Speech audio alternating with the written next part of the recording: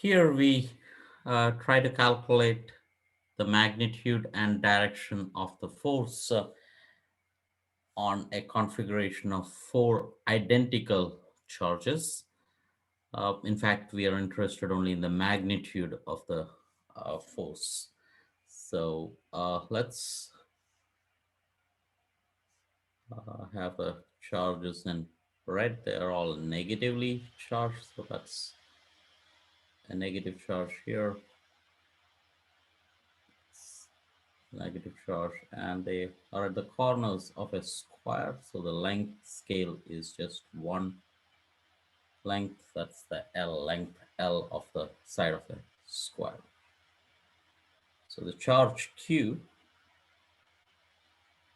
on each of these charges is minus 3 coulombs, microcoulombs. It's 10 raised to minus 6 coulomb.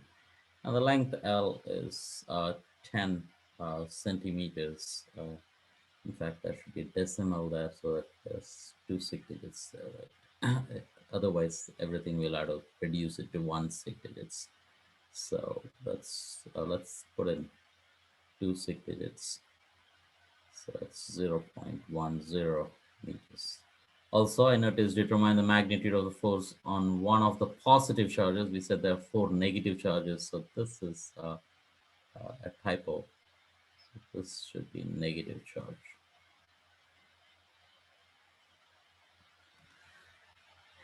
If we are talking about the magnitude, it doesn't matter which charge we choose. They are all going to be identical because it's symmetric about each corner of the square. So let's choose this, the left bottom charge as our uh, charge on which we will calculate the force. Let's have some labels, even though they are identical. So they are 1, 2, 3, and 4. Each of this will exert a force on a force. So one exerts a force on force. They're identical. They're like charges, so they repel. So that's your force on 4 due to 1. So let's call that F on 4 due to 1. So here the notation is on 4 by 1. Just a reminder.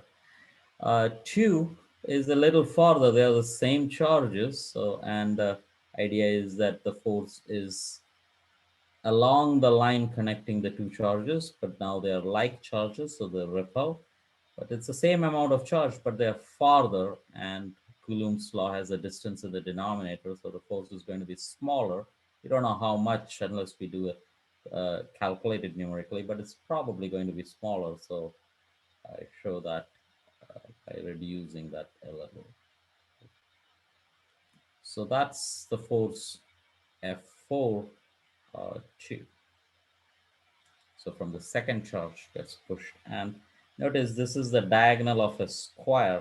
So I'm not being true about that. So this should be 45 degrees. So that should be 45 degrees because it's a square. And this is 90 degrees, and same thing here, that will be 45. So this vector, which is acting along the line connecting the two charges, will make a 45 degrees with respect to the y-axis, and then 45 degrees with respect to the x-axis. 2. Same argument goes with 3. It's identical like 1, except that it is acting horizontally, so that should be identical to F4 1, so they should be bigger and than the one that is acting diagonally. So that should be, again, it's repelling each other. So this should be the force on charge 4 due to charge 3. That's the three forces, and we would like to calculate the sum of these forces. Intuitively, it seems like it will be pushed in this direction here, but we need to have an exact expression for the magnitude. So we need to add these three forces like vectors. Let's begin by calculating the magnitude of F41, magnitude and direction, because we have to add them like vectors, so directions has to be taken account, and then later on calculate the magnitude. So F4 1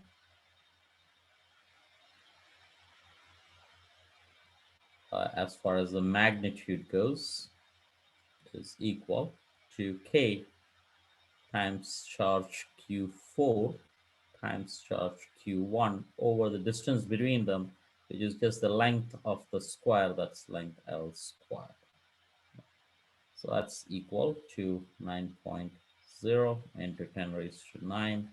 The charges are the same, and since we are calculating the magnitude, so I can stress on that by doing this so that negative charge doesn't come into picture. So it's 3.00 into 10 raised to minus 6, 3.00 into 10 raised to minus 6 again, divided by length 0.10 square.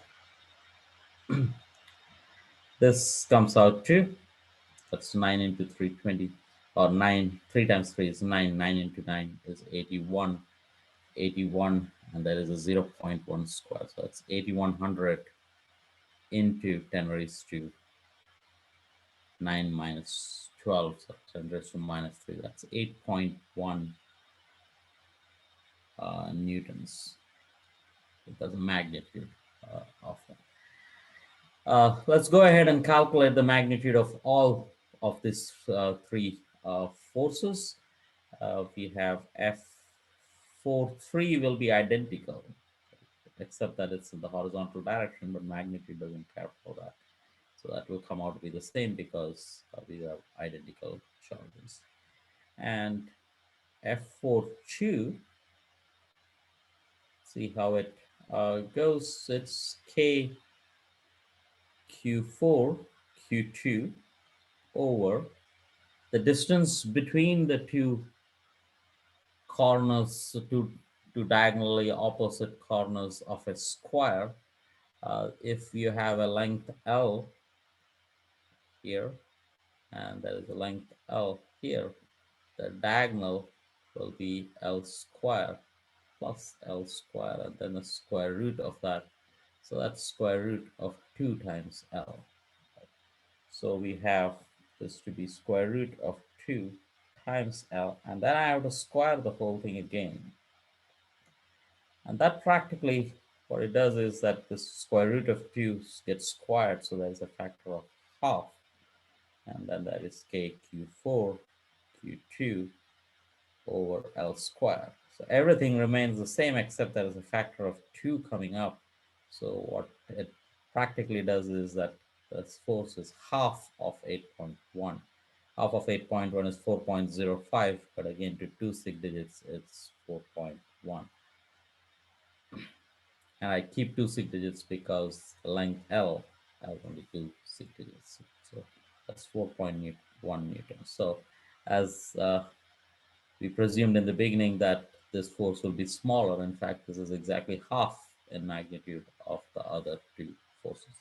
So that's the three magnitudes of the force, but we have to add these three forces vectorially. So we have to write this in component form. So let's begin with F42 because that has a directional sense in it.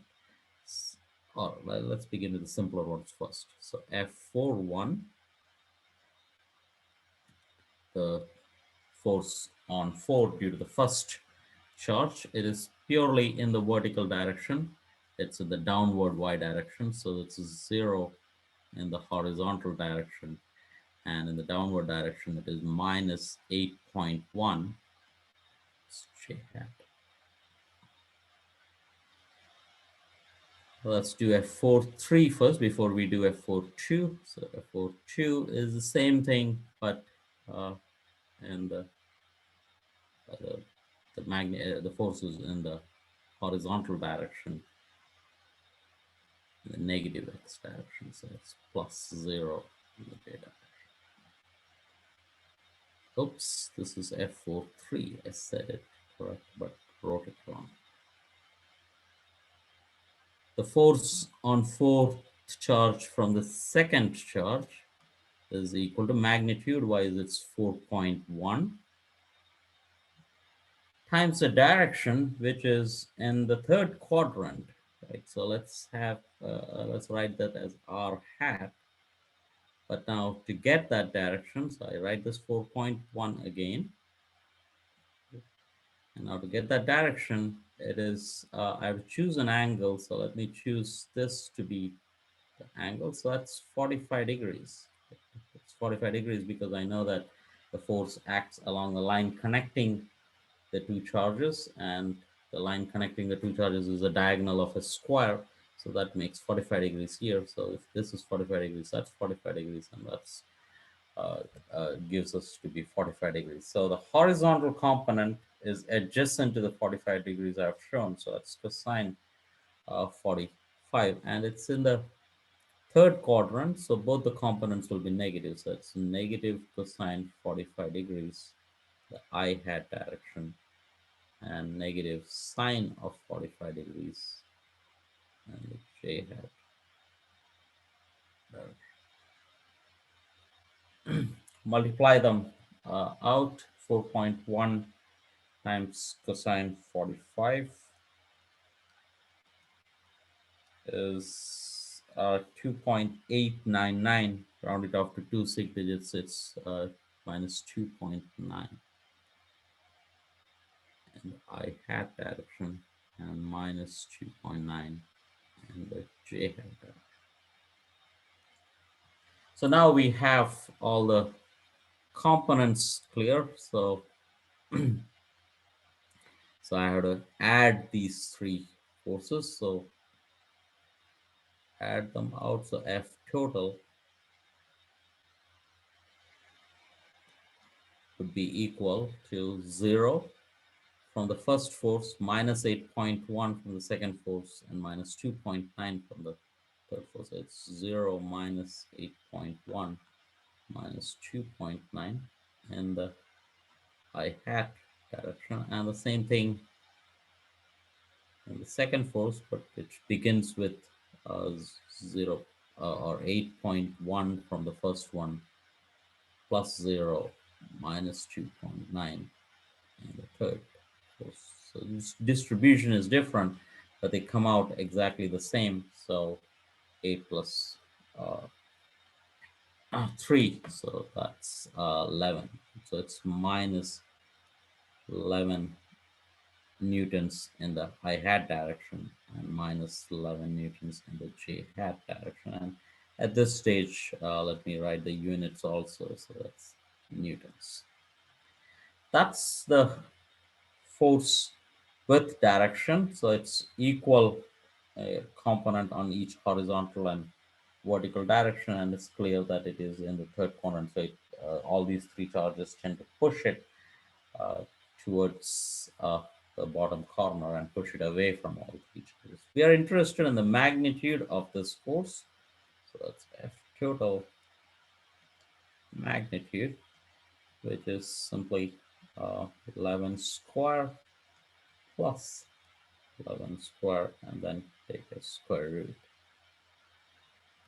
That's 121 plus 121, so it's 242 square root of 242 square root 242 is 15.56, which is two sig digits, 16 newtons. That's a force that acts on the fourth chart. If we were interested in the direction, it is clear that it is going to act along the 45 degrees line, because it's having uh, equal magnitude in the x and y direction. So it will be, if the direction we were interested in the direction, it will be 45 degrees, let's say counterclockwise